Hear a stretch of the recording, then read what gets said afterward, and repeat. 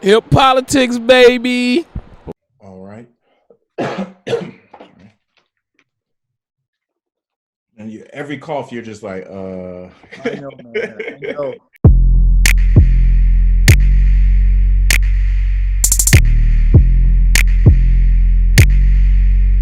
We're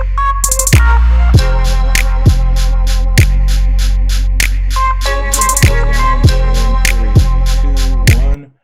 Welcome back to another edition of the Hip Politics podcast. Welcome to all our Hip Politics listeners, fans, family, and friends out across the interwebs. Uh, I'm pretty sure everybody, no matter where in the world or where in America you're hearing this right now, you're probably sheltered in place, quarantined. But I hope you're getting through. Prayers up to all those that have been affected or lost loved ones or have people fall ill and fall sick. Please take the shelter in place, stay at home order very serious. But quarantine and COVID and Corona are not stopping this show. There's a lot of information. This is still the election 2020, one of the most consequential election seasons of our lifetime. And hip hop has a major part to play no matter what this is going to look like. And so with that, we had to tap into a brother who he didn't realize, but he was one of my early inspirations when I first got into politics on Capitol Hill, and who has had a stellar career. Stellar career. But before we introduce him, I want to give a shout out and say what's up to my co-pilot. This is again Mr. Cameron Trimble, aka Mr. Cameron Calvin, aka Mr. Hip Politics, aka Mr. 202, 216 to the 202. And Mike, next week I'm gonna break out a new AKA. But and then kicking it over to my co-pilot, Mr. Michael McQuarrie, aka the Mayor of Capitol Hill. Mike, how you doing today? Mr. McQuarrie? Did he freeze? Oh man, he might have froze.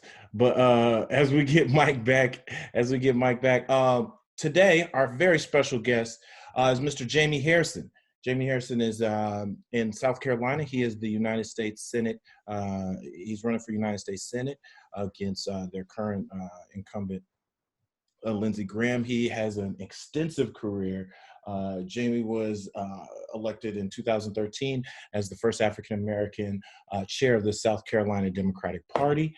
I know James. Like I said, he was a person who inspired me early in my career when he worked for the Majority Whip Congressman Jim Clyburn, who's an institution of one of the most powerful forces and one of the most transformational leaders we've ever had of any race, let alone African American in Congress, one of the most powerful and influential Congress members. And I saw Jaime as a young man more than a decade ago, kind of working on the floor, working just kind of building and bringing coalitions, speaking to other staff, and really being generous and sharing of his time. And and he's now running for Senate. I really hope he wins. Like, the numbers have been looking good and trending upwards. Even in this new digital space with everyone sheltered in place, I've been seeing their ads. I've been seeing his live town halls. So welcome to the Hip Politics podcast, Jaime Harrison. Thank you, man. Thank you. It's so good to be on with you and Mike, who I've known, for most of my adult political life. We kind of cut our teeth on the hill together also. And so it's good to be on with you two brothers. Good to have you, Jaime. Thank you, brother. Well, we want to get, like I said, we want to jump right into it. Jaime, the first kind of question, or just basically, like, I mean, especially to be running for Senate, you're very relatively young compared to when you start looking at around the Senate, and it's usually a lot of older white men. We were trying to get a little more diversity in there. But before you got to this point, you're a kid from Orangeburg, South Carolina, correct? Yeah, man, from Orangeburg, the Berg. So what sparked your interest to get into a life and a career of politics? Well, I think my life in politics really started from just looking at my own life. My family struggled. My mom was a teen when she had me. She was 16. And so my grandparents helped to raise me. And we struggled a lot economically. It was tough times for us. And I remember days when I'd have to do homework in the dark, or you go outside because we couldn't afford to pay the electric bill, or I remember eating cereal with water because we couldn't afford a carton of milk. And so, we had tough times, but it seemed like there were leaders out there who were fighting for people and families like mine. I remember one of my very first early memories it was of Jesse Jackson in the '88 convention.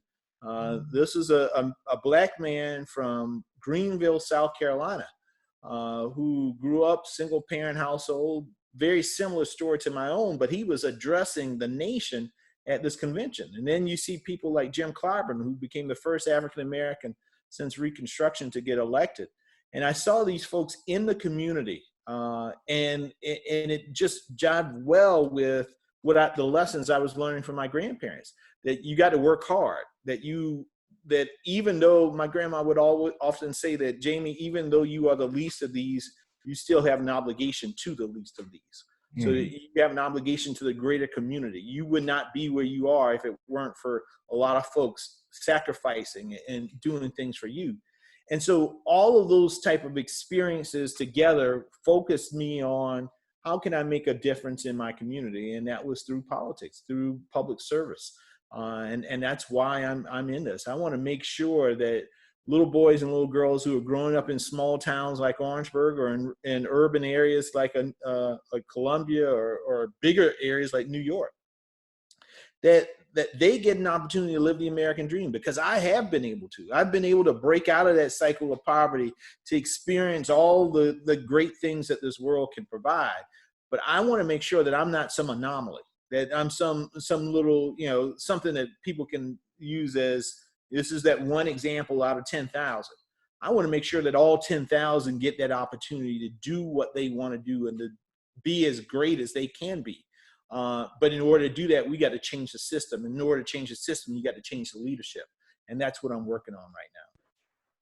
So, Jamie, tell us about your campaign. I mean, what are you running on? What makes your campaign different from other campaigns out here? Yeah, man. We're running a campaign on hope. We're running one on hope. Our motto, our state motto here in South Carolina is, "While I breathe, I hope." But at the same time, I hope. I like while that. I breathe, I hope.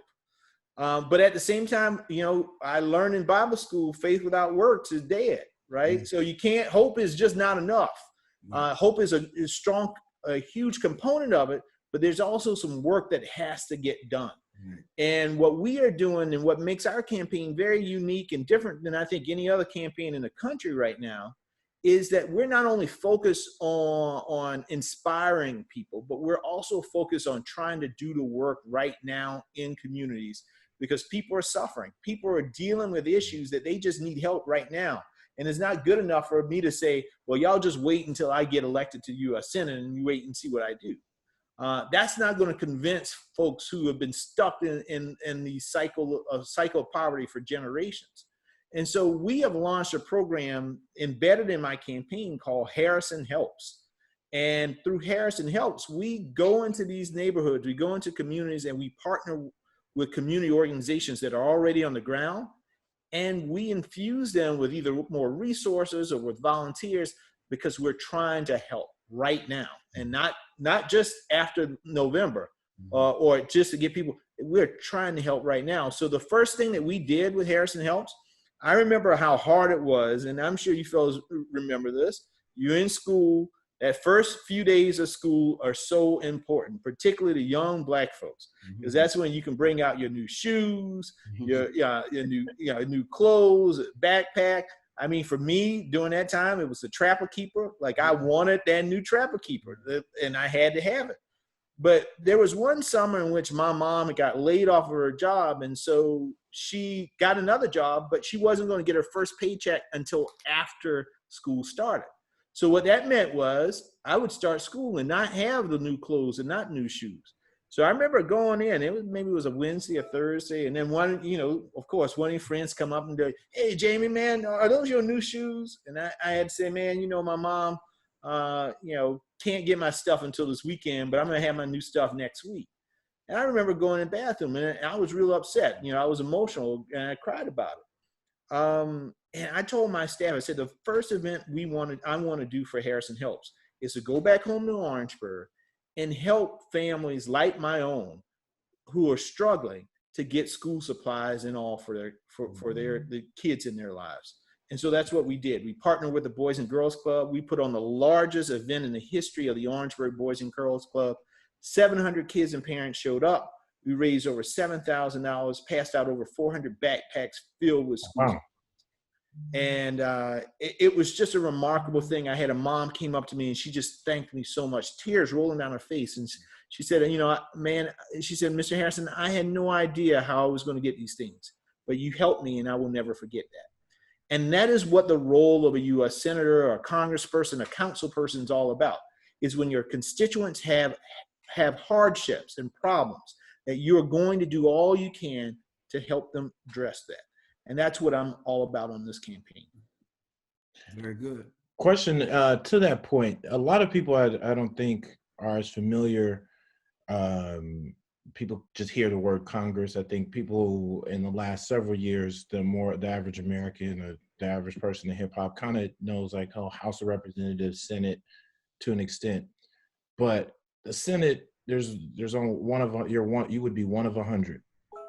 Every state has 2 senators. Yep. Unfortunately, the District of Columbia does not. Where I reside, change that. We need to change that, considering we're more populous than 7 other states. But I'll get off that soapbox. The significance of you, if you running and you would be winning and being a senator from South Carolina, there's a lot of rich history. Oh yeah. With kind of going back to the Reconstruction era of kind of black U.S. senators. Can you just talk about what the significance of you being a senator out of South Carolina would be? Yeah, so currently of the 100, there are 3 African-American senators right now, Cory Booker, Kamala Harris, and one of our senators here in South Carolina, Tim Scott. And so when I get elected to U.S. Senate, I'll become the 4th African-American senator running. And there are a number of other African-Americans running as well. And I'm hoping those brothers win their races, because that would be a sea change in terms of increasing the percentage of African-Americans that are in the United States Senate, which is, the upper chamber of Congress. And we'll make history here in South Carolina, because we will become the first state in the history of the United States to have 2 black senators serve at the same time. Tim Scott would become the senior senator in South Carolina, and I would be the junior senator. And this seat that I'm running for has a long history, the storied history, and it's not good. Yes, Lindsey Graham currently occupies it, but before Lindsey Graham, it was Strom Thurmond. And before Strom Thurmond occupied the seat, it was a man by the name of Ben Pitchfork Tillman. He was governor of South Carolina at one time, but he also was a U.S. senator. If your listeners Google him, if they're not familiar with Ben Tillman, Google him and you'll see his picture, and you'll see and look in the face of Satan himself. This is a guy who would go on the floor of the U.S. Senate and often talk about the joys of lynching of black people. And so, this would be a historic thing, but it would also indicate that we are on the verge of seeing the emergence of what I call the New South. A New South that is rising, that Stacey Abrams was able to almost tap into. But I think in this election cycle, we'll break that ceiling. You got Reverend Warnock, who's running in Georgia for the United States Senate. You got former Secretary Mike Espy, who's running in Mississippi. Yeah. You got Royce West, who there's a primary out in Texas. But Royce West, who's a state senator, is also running to vie for the Senate race in Texas. You got a young brother in Kentucky who is also running in the primary as well. I mean, it's going to be hard to break through there. But you got an opportunity where there's a lot of African Americans running for the U.S. Senate. But what we are trying to do is to demonstrate that, the old myths that black folks can't raise money, you can't build this coalition, you can't do that. man, we've been breaking through every single one of them. They put a barrier in front of me, and I with a smile on my face, I have a joy of pushing right through it. Because my entire life, people have told me that you can't do certain things. I remember they told me you can't go to college. Well, I went to Yale. You can't go to law school. I did that. You can't be a top staffer on Capitol Hill. I did that too. And now they're telling me I can't win the United States Senate. And I'm saying, you're going to do that. And you're going to do that. Exactly right. Two things. One, there's a Robert Smalls. Yeah. Senator Robert Smalls, who during Reconstruction, after slavery, he was a senator. He was an African-American U.S. senator and businessman from South Carolina. And there's a statue. It was Congressman Robert Smalls. Congressman Robert Smalls. Yeah. And I hope one day somebody does a movie on him. You talk about an amazing story. That is one that needs to be up on the silver screen. Yeah. It definitely, and I learned a lot about him because there's a kind of a bust and a little piece to him in the National Museum of African American History and Culture, where I used to work for years. And so, but it's right there on the corner on one of the floors, and you walk by it, and he's just kind of a very distinguished looking man. And I just remember reading over that so many different times and kind of just diving into his life. And to your point, yes, like his entire life, his serving, both after and during, could make it to the silver screen. Yep. One thing you mentioned that I wanted to kind of understand now, we are all as a world, not just as a country, but as a world amidst this coronavirus outbreak, this COVID-19 illness that it can cause. All these massive pressures on our healthcare system, our financial system, the economy, so many people out of work or struggling, like massive different things have changed. But one thing has also changed. Again, this is being an election year. This is also a census year. So much of elections are going out and touching the people, going out, meeting people where they are, going into their communities, going into their houses of faith, going into their actual houses, knocking door to doors, getting your volunteers and your teams organized, getting people organized at your campaign headquarters, phone banking, all these different things, in addition to the online digital strategy through social media, email, and then phones. But now you can't do any of these like physical activations. And honestly, we don't even know how long this is. I mean, we're talking a minimum of a month or two. And then also there's just that social psychological aspect of when do people, even if we're kind of through the best of it and the curve is flattened, are people actually still mentally engaged and like ready to be able around groups of people or having strangers kind of knock on their doors? How have you adjusted and kind of shifted your strategy or shifted your outreach amid this now that we're in a shelter in place? Most states are either on some level of a quarantine, shelter in place, stay at home order, or even if your states don't have it, people just are naturally kind of doing that. So how have you shifted to a more digital, I guess, non-in-person kind of campaign? Yeah. Well, the first thing, even before I get into that, one thing I want to tell folks, particularly, in the African-American community, folks, if you can, stay at home. Mm-hmm. If you see the statistics that are coming out right now in some of these cities, they're heartbreaking because the deaths are disproportionately African American. And so I know early on, folks thought the increased melanin had some kind of superpower of invincibility or something like that. But folks, this is a deadly, deadly virus. Stay at home.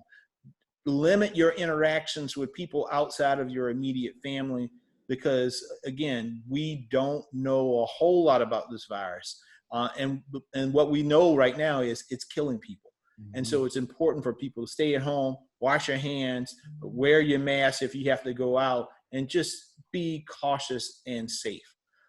For us on the campaign, we had to adjust. We were probably one of the very first Senate races in the country to pull down our events because we had just launched a 46 county Restoring Hope tour in South Carolina, where we were going to visit all of the counties in the state. Oh, wow. And visit communities where people typically have not been going. I was in Allendale County, one of the last visits we had. woman told me, she said, Lindsey Graham's been a senator for almost 18 years here in South Carolina, and I have never seen him in Allendale. She said, I've lived here my entire life. She was probably about 80 years old and never seen him in Allendale County. So we were going into the communities and the areas where people have not traditionally been to, because we believe that it's very important to go into those communities to ask for their votes. Mm-hmm. But now we're sort of limited, right? Because we have to do this online. And so what we've been doing is we've been doing town hall meetings. Every week we do a town hall. And I've interjected, I'll go on Instagram Live or Instagram or go live. I was on with Charlemagne this past week. Yeah, I saw that. That was good. Yep. That was good. Yep. And we're trying to mix it up and do a lot of different things. But at the same time, we realize that we are not going to reach everybody in South Carolina that way. And partly that's because of the situation here. A third of the state doesn't have access to broadband. Wow. So that means it's going to be very difficult to meet particularly our older voters, to meet them in a virtual sense. And so our hope is to go up on TV soon, to do radio, Black radio, which is important. We're working with our Black newspapers to make sure that we get a message out that way. And that's the best approach at this point to meeting people. We have to go to where they are. And we have to figure out. So I got a radio interview on Saturday with a gospel radio station, because again, that's really important to do as well. So we're going to do all that we can virtually and through the online and all, but at the same time, we got to figure out other mediums to connect with voters. Exactly. Jamie, real quick, when your time on the Hill, what did that teach you about your campaigning now, your time when you worked on the Hill? Man, it was so good. I actually wrote a book about it. We learned so much about public service. And the one thing I learned, it was, I guess I probably didn't learn on the Hill, but the Hill reinforced it, is that you treat all people the same, right? It doesn't matter if they're the janitor or they're the Speaker of the House. Right. And that's something my grandma would always tell me. She said, Jamie, the people that you see on your way up are also the same people you see on your way down. And the way they treat you is the way that you have treated them on that up and down process that we have in life. And so I used to make sure that I took the time out to mentor folks, to talk to people, to take care of folks. So you remember when I was the floor leader, we would have late night votes. And so part of the late night votes is I got to make sure we feed the members of Congress who are there voting late. Right. So when we did that, I would also order additional food, not only for the members of Congress, but for the staffs that are sitting there. Or thank you. Yes, that's what I'm talking about. The Capitol Hill police that were there, the staff that worked off the floor. And I would tell them, you come, we ordered this from Miwa tonight, and why don't you come and members come at this time, and after the members are done, you can come and get you a plate, whatever. And people appreciate that, almost to the extent that when I left Capitol Hill and I would go on the Hill just to go visit Mr. Clyburn or go to the office, the Capitol Police would see me standing in long lines, and they look back and be like, Jamie, is that you? I was like, hey, yeah, how are y'all doing? It's like, hey, man, it's like, you wouldn't be standing in no line. Well, come on. But, that's something that they could give me because they were so appreciative of what I used to give to them. Right. And that's something really, really important that I think all of us can't get caught up in these titles and all these other things. We just got to treat people the way that we want to be treated. And if we do that, the world will be such a better place. And so that's something that lives with me to this day. It was something taught to me by my grandparents, reinforced by Jim Clyburn, and my experiences, not only on the Hill, but in life in general. I just want to say, it was always, when I would see you on the floor, I would smile knowing that you were on the floor and that I knew you at that time, because people don't understand how hard it is sometimes just to break through up there on the Hill. And I tell people, sometimes it's not what you know, it's who you know. Amen. You know how to navigate the Hill. And you were one of the people that taught me how to navigate the Hill. Well, and what's so important, and this, people critique members of the Congressional Black Caucus all the time, but they don't understand us. If not for the members of the Black Caucus, then there probably would not be very many Black staffers on Capitol Hill. Amen. Jim Clyburn gave me the opportunity, and I remember when this happened. I was standing probably about 6 feet from Clyburn as he was talking to another member of Congress, and he had just become chair of the House Democratic Caucus. And somebody said, "Well, Jim, who are you going to have as a staffer to run the caucus?" Now, I was 29 at the time. Clyburn said, he looked over and he pointed at me. He said, "Jaime Harrison." And the member kind of turned their back to me, and I could still hear them. And they said, "Well, Jim, he's kind of young. There are a lot of seasoned staffers here you could probably get from Pelosi's office or Hoyer's office in order to help with that." And Clyburn said, "No." He said, "Jaime Harrison is smart. Yes, he's young, but he's experienced, and he's loyal, and he's going to be my guy." And that was a real big moment for me, because it said to me that Jim Clyburn had my back and understood that in order to have folks that look like us in leadership, you have to groom people like us so that we can get the experience and that we can train a whole new generation of folks to come behind us. Right. So I was the first Black person to be a floor director on the House in the history of the House. I was the first Black executive director of the House Democratic Caucus. The caucus is one of the oldest institutions in the House of Representatives, 200 plus years. And it wasn't until 2006 when I became the ED was the first Black person to do that. And that was all because of Jim Clyburn. All of these other Democrats in the past didn't do that, but it was Jim Clyburn, a member of the CBC, who saw that it was an important thing to do, and so therefore he did it. And so that's why I'm always appreciative of the members of the CBC, and people don't give them enough due and credit for how hard they fight to make sure that we have a piece of the pie and that we're not the only ones in the room. So do you know the name of that member that was talking to Mr. Clyburn that said that? No, I can't remember. I'm like, okay. Yeah. Jamie, I know you got to get going. We just wanted to wrap up. We wrap up all of our Hip Politics podcast interview. It's a tradition kind of from barbershops and debates as old as hip hop. It's so much so that even Chris Rock made a movie about it. Top 5, we call it. It's a top 5 dead or alive. So that's like whether they're current living or even those have gone on. Top 5 favorite hip hop artists or artists of all time.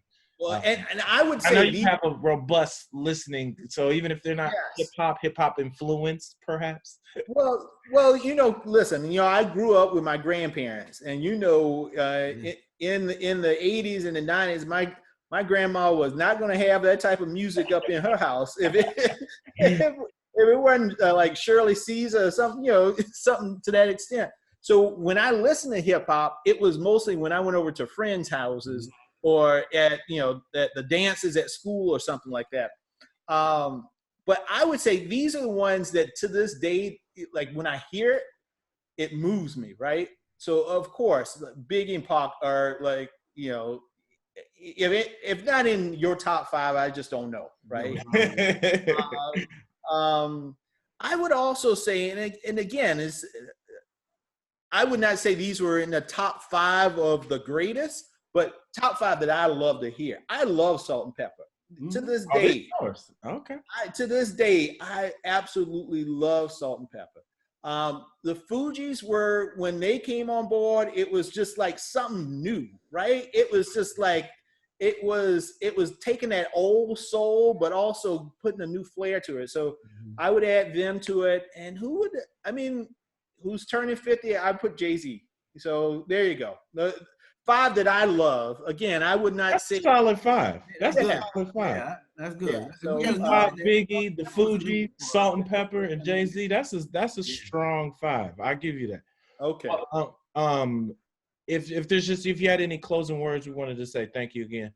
Yeah, listen, I would love for folks to go to JaimeHarrison.com, my website. If you live in South Carolina, or if you're not even in South Carolina, but you want to see a change in leadership in our U.S. Senate, go to JaimeHarrison.com. And I spell Jaime a little differently, y'all. It's Jaime, JamieHarrison.com. Find out information about how to volunteer. You send a donation or any other way you can help. You got friends and family in South Carolina. Have them make sure that they register, that they're educated about voting, and make sure they take their behinds to the polls and vote. That's so key and so important. But I want to thank y'all for allowing me to be on today. No, thank you. It means so much. Again, like I said, you inspired me without even knowing it. When I first got there, you worked with Mike so much and been just very helpful. And you are really a shining example to so many people, especially just at least for our platform, so many people in the hip hop generation of that. Look what I can do, coming from where you've come from to where you're going, and just how much and really appreciate all the work and efforts and everything that you've done. So again, thank you. We have Jaime Harrison, candidate for U.S. Senate. Please go out and support this brother. Hello, Jamie. Thank you, brothers. Appreciate y'all. We have another, and this has been another edition of the Hip Politics Podcast. And thank you. Make sure you check us out on all platforms, hippolitics.org, hippoliticspodcast.com. And with that, we're out. Peace. Peace, everybody. Hip politics, baby.